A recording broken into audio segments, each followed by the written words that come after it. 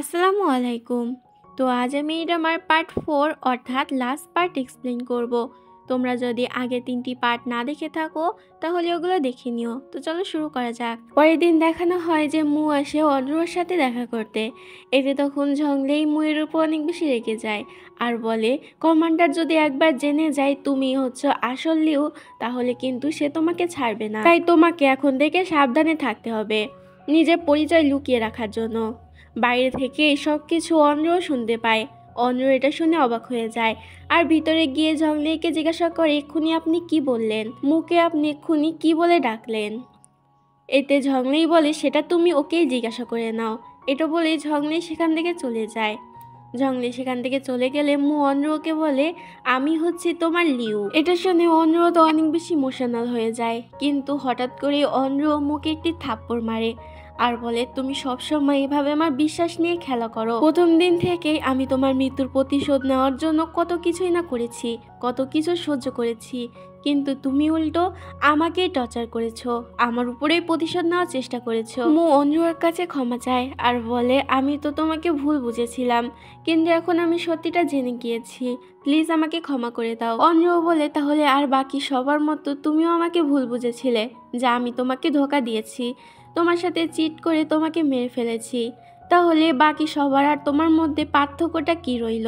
অঞ্জু বলে, যদি তুমি লিও থাকা অবস্থায় নিজের গান দিয়ে আমাকে শুটও করে দিতে, তারপরও আমি ভেবে নিতাম এটা অ্যাক্সিডেন্টে হয়েছে, তারপর আমি বিশ্বাস করতাম না যে তুমি আমাকে ইচ্ছা করে মেরেছো, কারণ আমি তোমাকে ভালোবাসি। কিন্তু তুমি তো নিজের চোখে দেখো নি যে আমি তোমাকে ধোঁকা দিয়েছি, তারপরও তুমি এটা বিশ্বাস করে নিয়েছো, কারণ তুমি আমাকে ভালোবাসো না। মু তখন বারবার করে অন্ধ্রের কাছে ক্ষমা চাইতে থাকে, কিন্তু অন্ধ্র ওকে ক্ষমা করে না আর ওকে আরেকটি থাপ্পড় মারে। অন্ধ্র মুকে ওর কসম দিয়ে বলে এখান থেকে চলে যেতে। মুয়ের এতে কিছু করার থাকে না, ও তখন সেখান থেকে চলে যেতে শুরু করে। তখনই সেখানে ঝংলেই চলে আসে আর অন্ধ্রর শরীর অনেকটা খারাপ হতে থাকে, অন্ধ্রর মুখ দিয়ে রক্ত পড়তে থাকে, কিন্তু তারপরও মু আর দাঁড়ায় না, কারণ অন্ধ্র ওকে কসম দিয়েছে।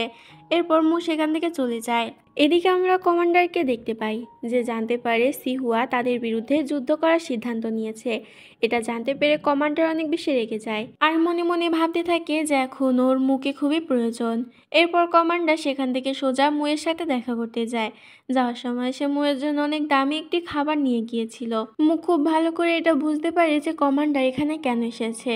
কমান্ডার ওকে ওই গিফটটি দিয়ে সেখান থেকে চলে যায়। মুয়ের গার্ড তো মুকে ওই খাবারটি খেতে নিষেধ করে আর বলে এতে বিষ থাকতে পারে, তবে মু গার্ডকে আশ্বস্ত করে আর বলে এখন কমান্ডার ওর কোনো রকম ক্ষতি করবে না, কারণ কমান্ডারের এখন মুকে খুবই প্রয়োজন, তাই গার্ড যেন এসব নিয়ে চিন্তা না করে। পরের দিন আমাদের একটি পার্টি দেখানো হয়, যেখানে কমান্ডারের দল থেকে সবাই এসেছিল আর সিহুয়ার দল থেকেও সবাই এসেছিল। সিহুয়ার সাথে এখানে অন্ধ্রও ছিল। অন্ধ্রকে সিহুয়ার সাথে দেখে কিছু মেয়েরা তো গসিপ করতে শুরু করে যে মুয়ের সঙ্গে অন্ধ্রর তো বিয়ে হয়েছে, তারপরও দেখো নির্লজ্জের মতো আবারও সিহুয়ার সাথে ঘুরছে। এগুলো অন্ধ্র শুনতে পায়। অন্ধ্রের তো অনেক খারাপ লাগে, যেটা দেখে সিহুয়া তখন সবার সামনে বলে যে মু অন্ধ্রকে জোর করে বিয়ে করেছিল, তাই ওটা আমি বিয়ে বলেই ধরি না, কিন্তু এখন আমি আর অন্ধ্র বিয়ে করে নিয়েছি, আমরা দুইজন লিগালি হাজবেন্ড অ্যান্ড ওয়াইফ। এটা বলে সিহুয়া তখন অন্ধ্রর হাত ধরে। মু এটা দূর থেকে দেখে অনেক বেশি রেগে যায়। রাগে চোটে মু তো নিজের হাতে থাকা গ্লাসটি ভেঙে ফেলে। এরপর পার্টি শেষ হয়ে গেলে অন্ধ্র সিহুয়াকে ধন্যবাদ জানায়, তবে সিহুয়া বলে এতে ধন্যবাদ জানানোর কিছুই নেই। সিহুয়া এখানে অন্ধ্রকে সত্যি সত্যি বিয়ের জন্য প্রপোজ করে দেয় আর বলে, আমি জানি যে তুমি মুকে ভালোবাসো, কিন্তু তারপর আমি বলবো যে মু একদমই ভালো মানুষ না, তুমি তার সাথে সুখে থাকবে না, বরং আমি তোমাকে অনেক সুখে রাখবো। তখনই সেখানে মু চলে আসে। মু সিহুয়াকে বলে, আমার অন্ধ্রর সাথে কিছু কথা আছে, তাই তুমি এখান থেকে চলে যাও। এতে সিহুয়া সেখান থেকে চলে যায়। সিহুয়া সেখান থেকে চলে গেলে মু অন্ধ্রকে ওই হেয়ার ব্যান্ডটি দেখায় আর বলে, এটা তো তুমি আমাকে দিয়েছিলে। মু আরো বলে, আমরা তো দুজন একে অপরকে প্রমিস করেছিলাম যে আমরা সবসময় একসাথে থাকবো, প্লিজ আমাকে ক্ষমা করে দাও। কিন্তু অন্ধ্র এখানে ওর কোনো কথা শোনে না, সেখান থেকে চলে যায়। তখনই মু খেয়াল করে যে ওই হেয়ার ব্যান্ডে ওর হাতে থাকা রক্ত লেগে গিয়েছে। মু তখন নিজের কাটা হাত দিয়ে ওই হেয়ার ব্যান্ডটি পরিষ্কার করার চেষ্টা করছিল, তবে এতে হেয়ার ব্যান্ডে আরো রক্ত লেগে যায়, যেটা দেখে মু তো অনেক বেশি উত্তেজিত হয়ে যায়। তবে ওর গার্ড এসে সেখানে ওকে সামলে নেয়। মু এরপর বাড়ি ফিরে আসে আর ওর গার্ডকে বলে সিহুয়ার আর্মি ক্যাম্পে আক্রমণ করতে আর সবকিছু পুড়িয়ে দিতে। মুয়ের কথা অনুযায়ী ওর গার্ড কিছু লোকজন নিয়ে ওখানে আগুন ধরাতে চলে যায়। তবে সিহুয়ার লোকজন তো আগেই টের পেয়ে যায়। এতে ওরা ওদের উপরে উল্টো আক্রমণ করে। এতে মুয়ের গার্ড তো গুরুতরভাবে আহত হয়। ও পুরো শরীরে ব্যান্ডেজ করে মুয়ের কাছে গিয়ে পৌঁছায়। মু সবকিছু শোনার পরে আরো বেশি রেগে যায় আর বলে অনরোর যে ফ্যামিলি বিজনেসটা আছে ওটা পুরোপুরি শেষ করে দিতে। তোমাদেরকে বলে দিই যে অনরোর ফ্যামিলি মারা যাওয়ার পর অনরোর কাছে ওর ফ্যামিলি বিজনেসই ছিল শেষ সম্বল। মুয়ের কথা মতো অনরোর ওই বিজনেসটি বন্ধ করে দেওয়া হয়। পরের সিনে দেখানো হয় যে মু বসে বসে ড্রিঙ্ক করছিল। এদিকে শিয়া তো মিথ্যা মিথ্যা প্রেগনেন্ট হওয়ার নাটক করছিল। ও যখন রুমে আসে তখন নিজের পেট থেকে ফেক বেলিটা সরিয়ে নেয়, যেটা মু দেখে ফেলে। মু এটা দেখে বুঝতে পারে যে শিয়া এতদিন ধরে নাটক করছিল, তাই ও তো শিয়ার উপর অনেক বেশি রেগে যায়। শিয়া মুয়ের পা ধরে ক্ষমা চায়, কিন্তু মু ওকে ক্ষমা করে না আর সেখান থেকে চলে যায়। কিন্তু কিছুক্ষণ পরই আবার শিয়া মুয়ের কাছে চলে আসে আর বলে আমি মানছি আমি ভুল করেছি, কিন্তু তুমি অনরোর কথা ভুলে যাও, কারণ সে তো তোমাকে নয় বরং সিহুয়াকে ভালোবাসে। আর তুমি তো সেটা বুঝতেই পারছো, কারণ অনরো তো এখন সিহুয়ার কাছেই আছে। কিন্তু মু তখন অনেক বেশি রেগে যায় আর শিয়াকে বলে তোমার কারণেই আমার আর অনরোর বাচ্চাটা নষ্ট হয়ে গিয়েছে, তাই বাঁচতে চাইলে এরকম বড় বড় কথা বলা বন্ধ করো। মু শিয়াকে বলে তুমি এক্ষুনি এখান থেকে বেরিয়ে যাও, না হলে আমি তোমাকে মেরে ফেলবো। এতে শিয়া কষ্ট পেয়ে সেখান থেকে চলে যেতে শুরু করে। তবে যাওয়ার আগে ও মুকে বলে আমি নিজেকে অনেক বেশি ঘৃণা করি, কারণ আমি তোমাকে ভালোবেসেছি। এরপর শিয়া সেখান থেকে চলে যায়। মু তখন সেখানে বসে কান্না করতে থাকে। এদিকে দেখানো হয় যে অনরো যখন মার্কেটে যায় তখনই সেখান থেকে কিছু লোক এসে ওকে কিডন্যাপ করে নেয়। ওকে আর অন্য কেউ নয় বরং কমান্ডারই কিডন্যাপ করিয়েছিল। কমান্ডার এখানে একে একে অনরোর কাছে সব সত্যি কথা বলতে থাকে, যে অনরোর ফ্যামিলি এমনকি লিওকেও সে নিজের হাতে মেরেছে শুধুমাত্র ক্ষমতা পাওয়ার জন্য, আর মুকে সে তো নিজের হাতের পুতুল বানিয়ে রেখেছে। কিন্তু যখন থেকে অনরো এসেছে তখন থেকে মু আস্তে আস্তে ওর হাতের বাইরে চলে যাচ্ছে। এটা বললেই কমান্ডার অনরোর গলা টিপে ধরে। বাইরে ততক্ষণে সিহুয়া আর মু নিজেদের আর্মি নিয়ে চলে এসেছিল অনরোকে বাঁচাতে। তবে তখনই কমান্ডার অনরোর মাথায় বন্দুক ঠেকিয়ে সেখানে নিয়ে আসে আর অনরোকে মেরে ফেলার হুমকি দিতে থাকে। এতে মু আর সিহুয়া তো কমান্ডারকে কিছু করতে পারছিল না। এই সুযোগে কমান্ডার সিহুয়ার দিকে গুলি চালায়, তবে সিহুয়াকে বাঁচাতে গিয়ে লু সামনে চলে আসে, যার কারণে গুলিতে ওরই মৃত্যু হয়ে যায়। এতে তখন সিহুয়া অনেক বেশি রেগে যায়। সিহুয়া এবং মুয়ের আর্মি মিলে কমান্ডারের আর্মির উপরে আক্রমণ করে। মুহূর্তের মধ্যে কমান্ডারের আর্মিদের ওরা শেষ করে দেয়। এতে কমান্ডার একটি জায়গায় লুকিয়ে পড়ে নিজের সেফটির জন্য।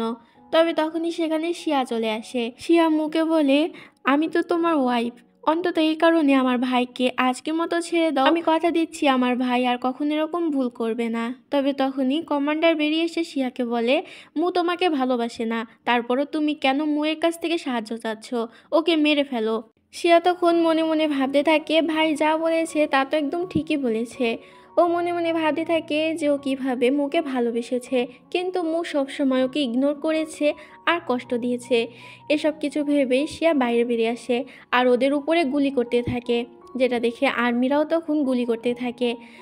কমান্ডার তখন শিয়াকে নিয়ে সেখান থেকে কোনো রকম পালানোর চেষ্টা করে, তবে তার আগেই মু গুলি করে কমান্ডারকে সেখানেই মেরে ফেলে, যেটা দেখে শিয়া অনেক বেশি রেগে যায়। শিয়া তখন পাশে থাকা বন্দুকটি নিয়ে অনরোর দিকে গুলি করতে যায়, তবে অনরোকে বাঁচাতে গিয়ে মু সামনে চলে আসে আর গুলিটি মুয়ের গায়ে লাগে, যেটা দেখে অনরো তো অনেক বেশি ভয় পেয়ে যায়। অনরো বলতে থাকে তুমি এমনটা কেন করলে। মু বলে হয়তো আমার হাতে আর বেশি সময় নেই। মু শেষবারের মতো অনরোর কাছে ক্ষমা চায় আর বলে আমি ভুল করেছি, প্লিজ আমাকে ক্ষমা করে দিও। এটা বলে মু সেখানে মারা যায়, যেটা দেখে অনরো তো কান্না করতে থাকে আর বলতে থাকে আমি তোমাকে ক্ষমা করে দিয়েছি, প্লিজ আমার কাছে ফিরে এসো। কিন্তু সিন এখানেই কাট হয়। পরের সিনে আমরা অনরোকে মুয়ের বাড়িতে আসতে দেখি, যেখানে ও নিজেদের পুরনো স্মৃতিগুলো মনে করছিল। অনরো এই বাড়িটি খুব ভালো করে ঘুরে ঘুরে দেখতে থাকে, কারণ এই বাড়িটি আনাচে কানাচে ওর সাথে মুয়ের অনেক স্মৃতি জড়িয়ে আছে। তখন আমরা সেখানে মুকে দেখতে পাই। আস্তে আস্তে মু সেখানে হাওয়ায় মিলিয়ে যায়। এরপর অনরো বাইরে বেরিয়ে আসে, যেখানে সিহুয়াও ছিল। ওদের কথা থেকে আমরা জানতে পারি অনরো আর এই শহরে থাকবে না, ওই শহর থেকে অনেক দূরে চলে যাবে।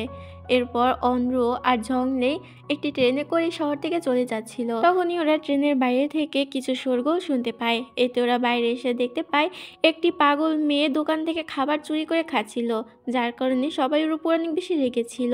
ওই পাগল মেয়েটি অন্য কেউ নয় বরং শিয়া ছিল। শিয়ার এই অবস্থা দেখে অন্ধ্র অনেকটা খারাপ লাগে। এর পরের সিনে আমরা অন্ধ্রকে দেখতে পাই যে এখন থেকে একজন টিচারের কাজ নিয়েছিল। ওর স্টুডেন্টদের বোঝাচ্ছিল যে পড়াশোনা কেন ওদের জীবনের জন্য গুরুত্বপূর্ণ। তখনই একজন স্টুডেন্ট উঠে ওর কাছে একটি প্রশ্ন জিজ্ঞাসা করে। ওই স্টুডেন্টটি হুবহু মুয়ের মতো দেখতে ছিল। ছেলেটিকে দেখে অন্ধ্র অনেক বেশি অবাক হয়ে যায়। আর এখানেই ড্রামাটি শেষ হয়ে যায়। ড্রামাটির এন্ডিংটা আমার একদমই ভালো লাগেনি, কারণ ড্রামার এন্ডিংটা চাইলে আরেকটু ভালো করে দেওয়া যেত। তো যাই হোক, আমি একটা জিনিস খেয়াল করে দেখেছি যে এই ড্রামাগুলোর এন্ডিং প্রায় সেমই হয়। তোমরা তো মেড রিভেঞ্জ, ব্রাইড রিভেঞ্জ এই ড্রামাগুলো দেখেই থাকবে। ওই ড্রামার এন্ডিং গুলো প্রায় এরকমই হয়েছিল। তো আজ এখানেই বিদায় নিচ্ছি, দেখা হবে অন্য কোনো ড্রামা নিয়ে। ততক্ষণ আমার চ্যানেলের সাথে থেকো।